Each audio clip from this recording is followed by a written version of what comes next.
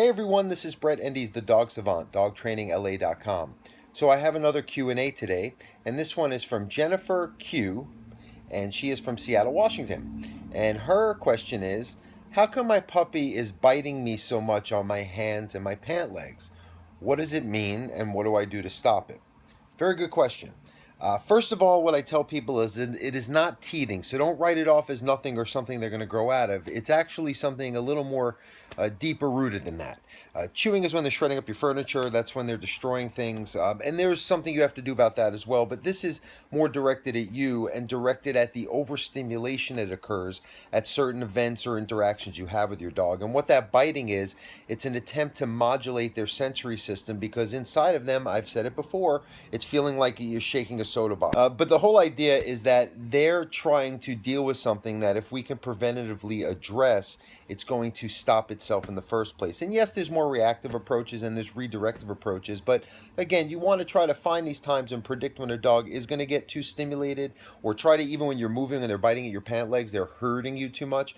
And you have to redirect them into a calmer, single pointed state, give them structure, give them something to focus their mind and body on, be consistent with it, whether it's a moving command like heel or let's go, or it's a stationary command like sitting or laying down. Their mind and body has to be doing it. If they get up, you keep bringing them back till they are committed to it without having to be reminded or bribed with treats or anything like that. They just are relaxed enough to accept that at a time where they're getting overstimulated. Well, there you go. There's a solution in what I explained.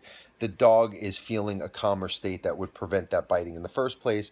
Once you're consistent about it, at redirecting these things, once you get good at predicting them, or even once they arise, the dog gets the look in their eye, they're going to start biting you when you're playing with them or doing something, start redirecting them so they learn how you're going to set a limit to that level of stimulation that they unconsciously cannot do much about. Yes, you can use the bitter apple spray. Yes, you can say no.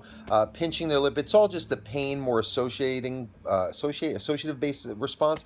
But really what you need to do is get the dog to feel differently. Then it just conditions them to a better feeling, and you're communicating this awareness that, well, I see you as something that it's almost like I have to modulate you versus you biting my hands and my feet. Now, what does that mean? Dogs bite our hands because it's in the same context that dogs use their mouths. So they see that, so they're trying to control our control mechanism the way they bite each other behind the ears. And they'll do it to us. Even when we're moving, they're trying to herd us, and clothing is just fur to a dog. So again, we can't write it off as nothing. We can't really be passive about it. Certainly don't encourage or reward it, because you want, and again, address it as soon as you see it so your dog does not develop this to become a major habit. And then when you say, well, you've been pushing boundaries for too long and now you're a 1.5-year-old dog, you might get an aggressive response because they didn't understand that you intervening at these times, because they've learned another way, is what's keeping them alive. So you doing it now after the fact is a life and death question they have. So I hope that makes sense. How to do it, again, it's a lot of these training techniques of getting the dog to have deep levels of focus within basic commands, not using treats, using the calm state of the commands as the reward, and then physical praise and awareness of their commitment as they perform better. Okay, well, I hope that explanation made sense. But puppy mouthing, it's a really big time misunderstood thing. Everybody I meet for the first time says, well, isn't it just teething? Again, teething is when it's not so directed at you, or at times when they're getting overstimulated or changes and transitions are happening in their life. And that's what we have to be, again, one step ahead of them. And that's where training has to occur in your practical everyday coming and goings, at least to set up a calmer, more well-led association, in all these situations you share. Okay, Brett Endy's the Dog Savant. Please subscribe. Love your dog. Have a great day. Bye.